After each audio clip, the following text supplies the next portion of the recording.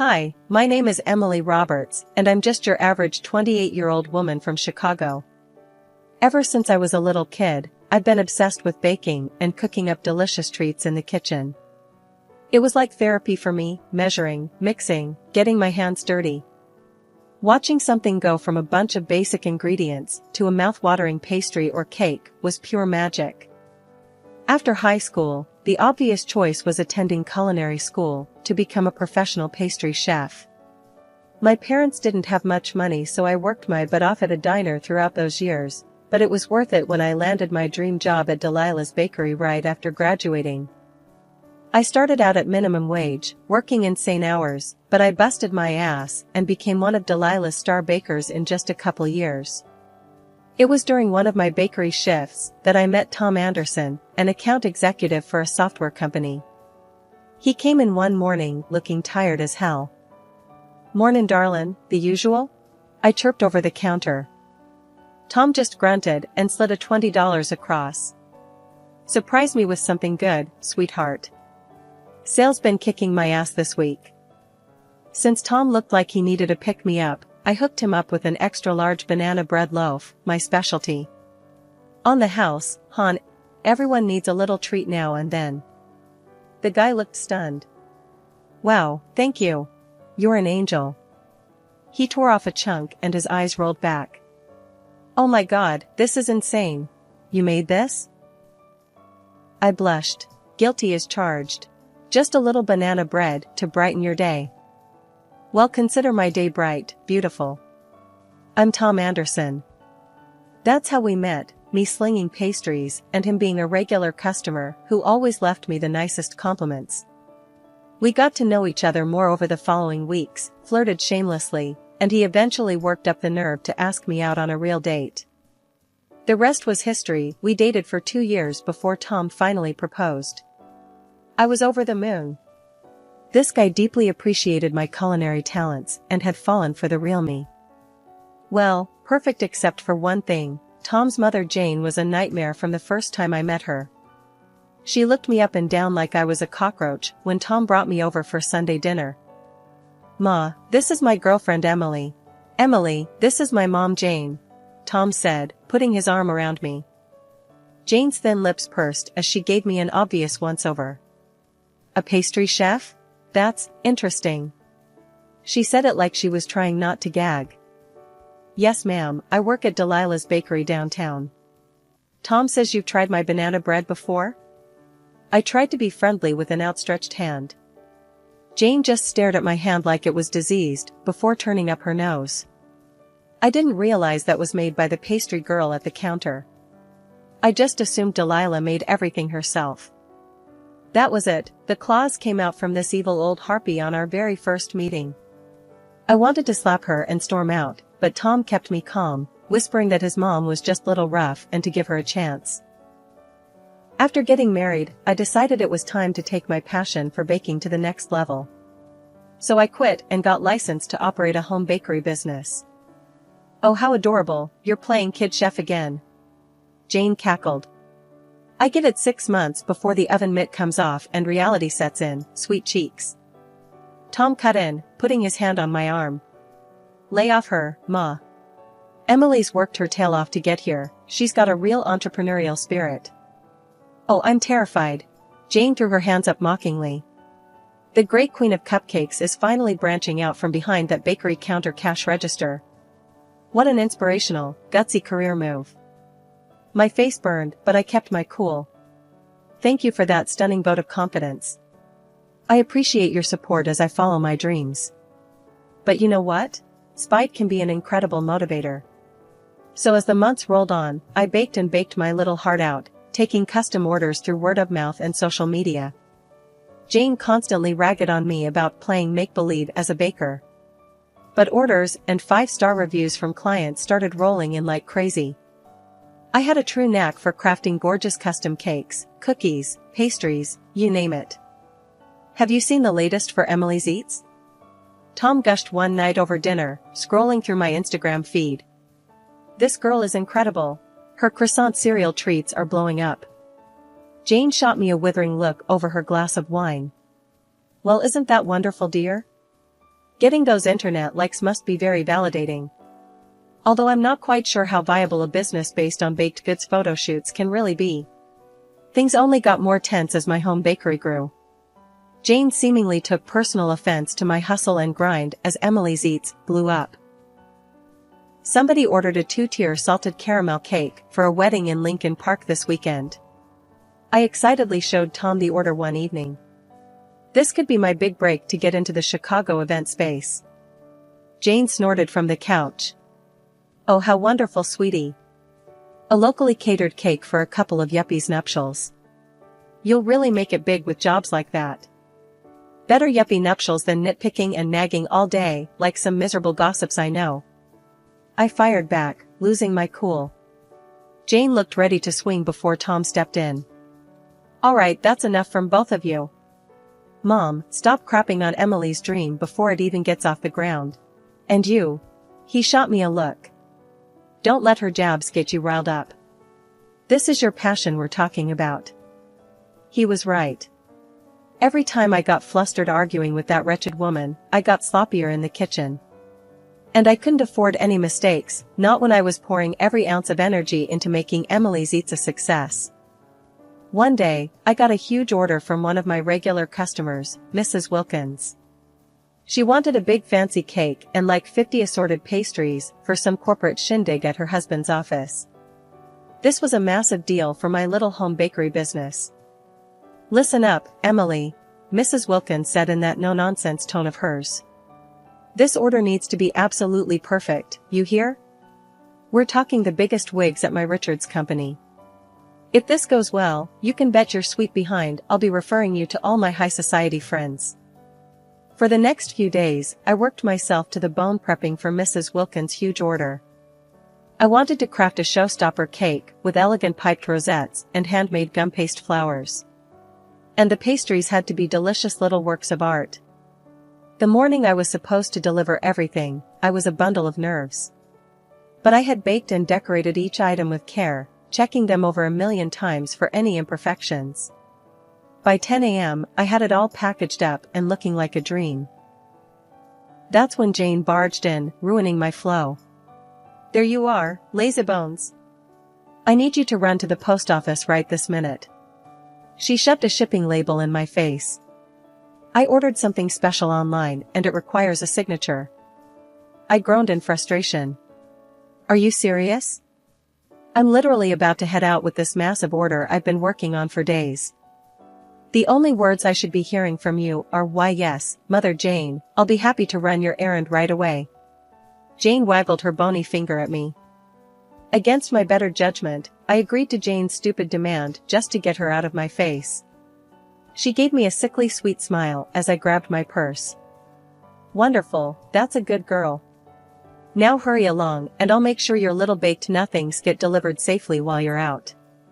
Something about her tone raised red flags, but I was too frazzled to think much of it. I figured Jane was just being her usual awful self, condescending my business as always.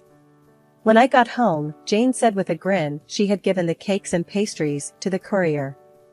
2 days later, I got a call from the furious client, Mr. Wilkins himself. What in the goddamn hell were those inedible monstrosities you tried to pass off as pastries, Emily? He shouted so loud I had to pull the phone away from my ear. Sir, I don't understand.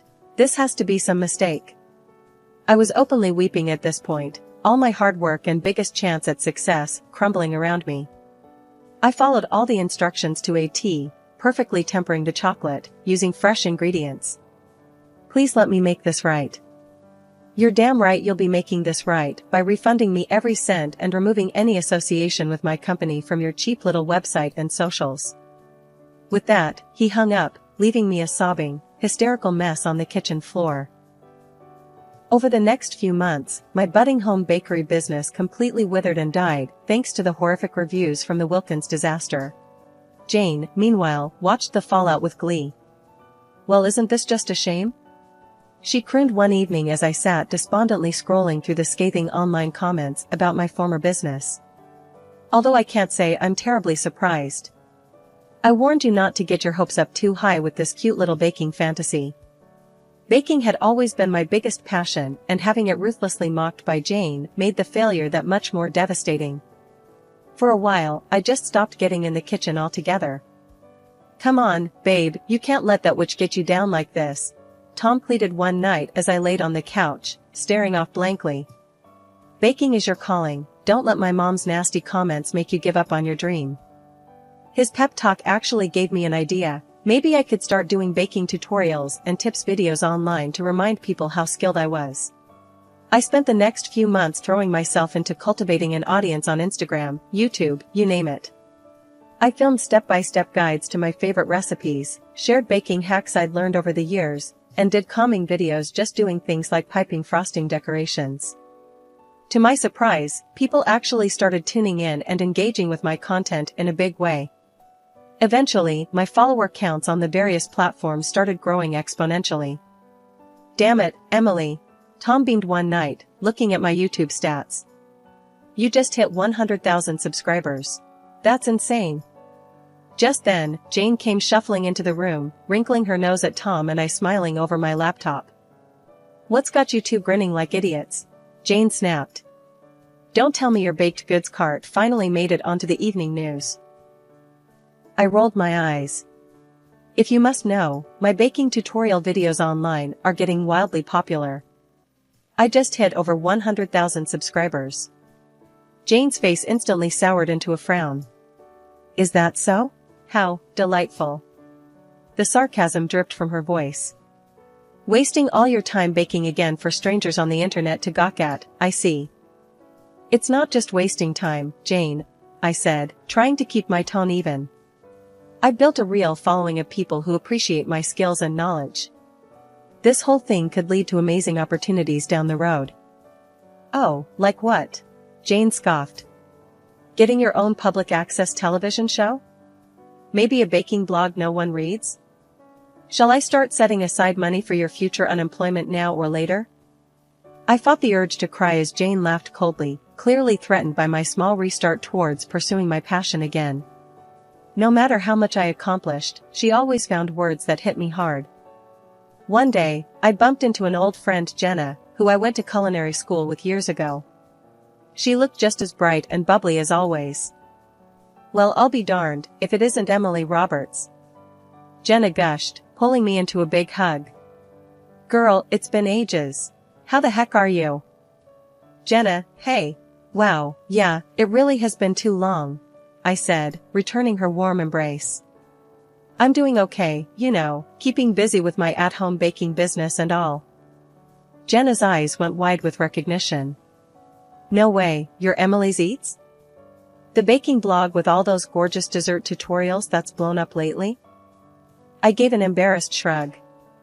"Huh, yeah, that's me.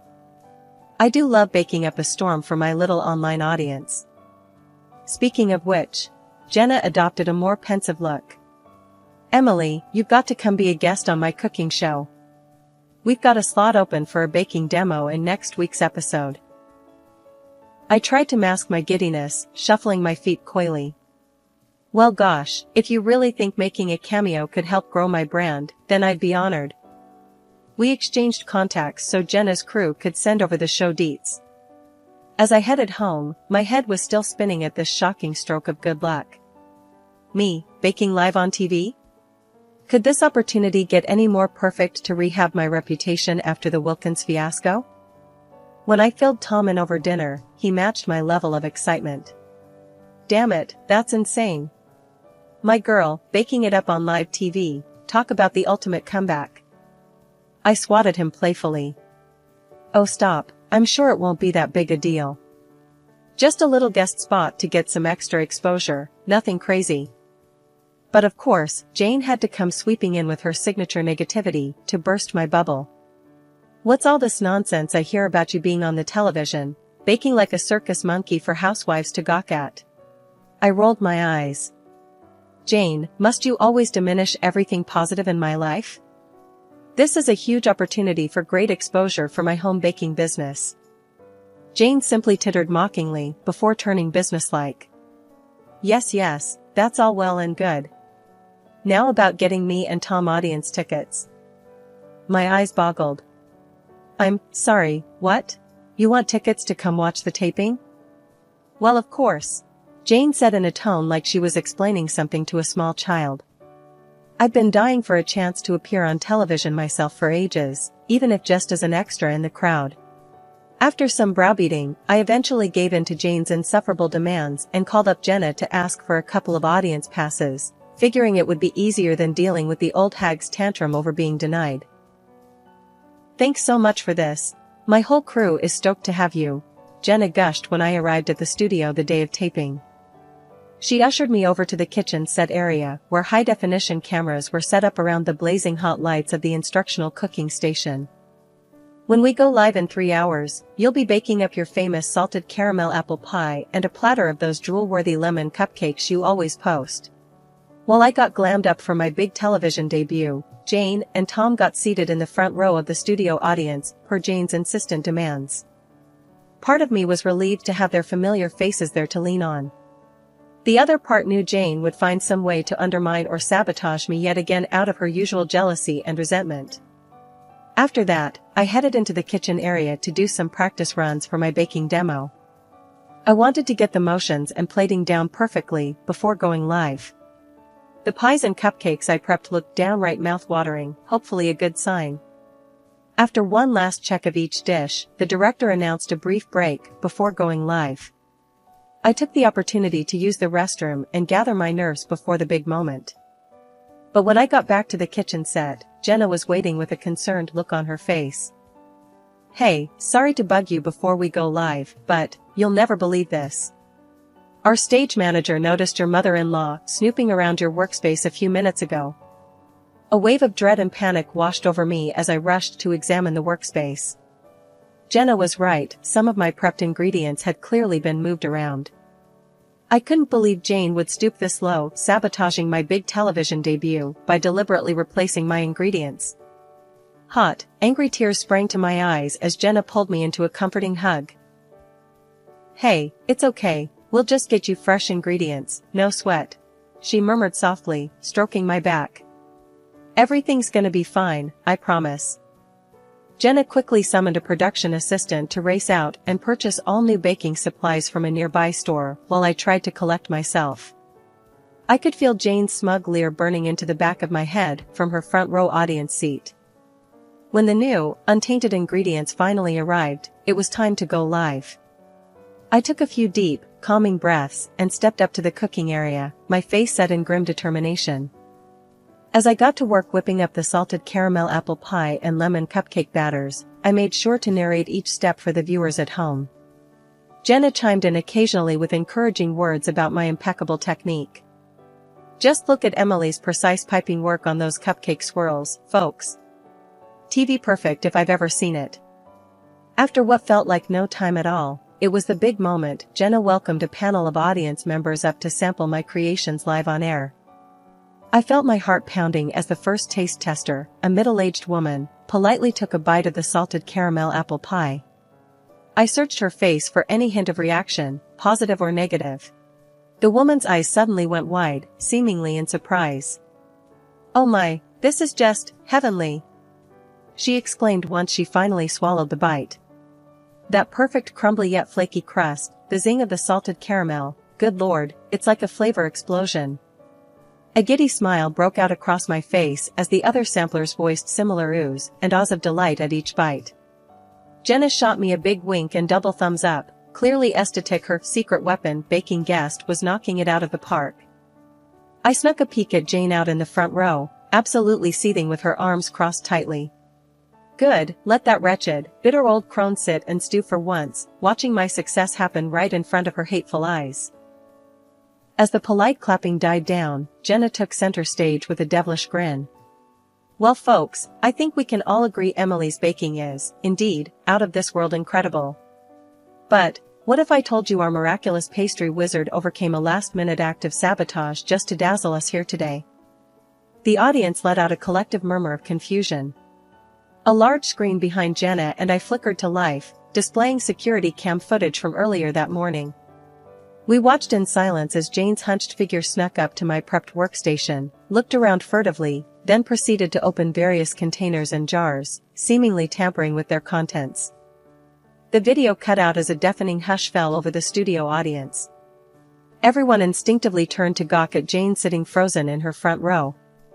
Finally, the silence was broken by Tom, my sweet, supportive husband, suddenly standing up and bellowing at the top of his lungs. "Enough, Mother! How dare you try sabotaging Emily's big break out of your own pathetic jealousy? I'm so sorry, baby." Tom turned to me with tears in his eyes. "I'm so sorry. I never saw her toxic, abusive behavior for what it was sooner. You never deserved any of her gaslighting, manipulative behavior."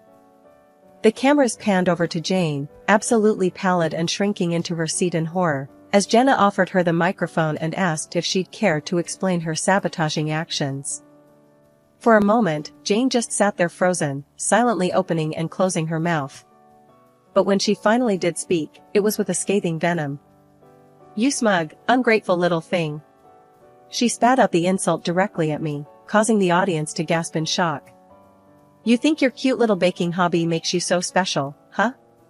That this is the big break that finally earns you some undeserved self-respect?" Jane let out a high, deranged cackle. "Well, I've got a wake-up call for you, Missy. It was me who ruined that all-important catered lunch that destroyed your pathetic business. Me.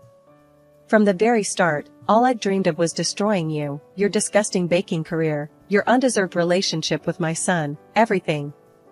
Seeing Jane unravel completely into her true, unfiltered toxic self was bone-chilling. She turned her furious glare directly into the camera lens, screaming with heightened mania. "I won't let this lazy, slovenly chef wannabe, tarnish the honor of being married into the Anderson family name any longer with her sham baking act. You hear me, Emily? I'll destroy you if it's the last thing I dash."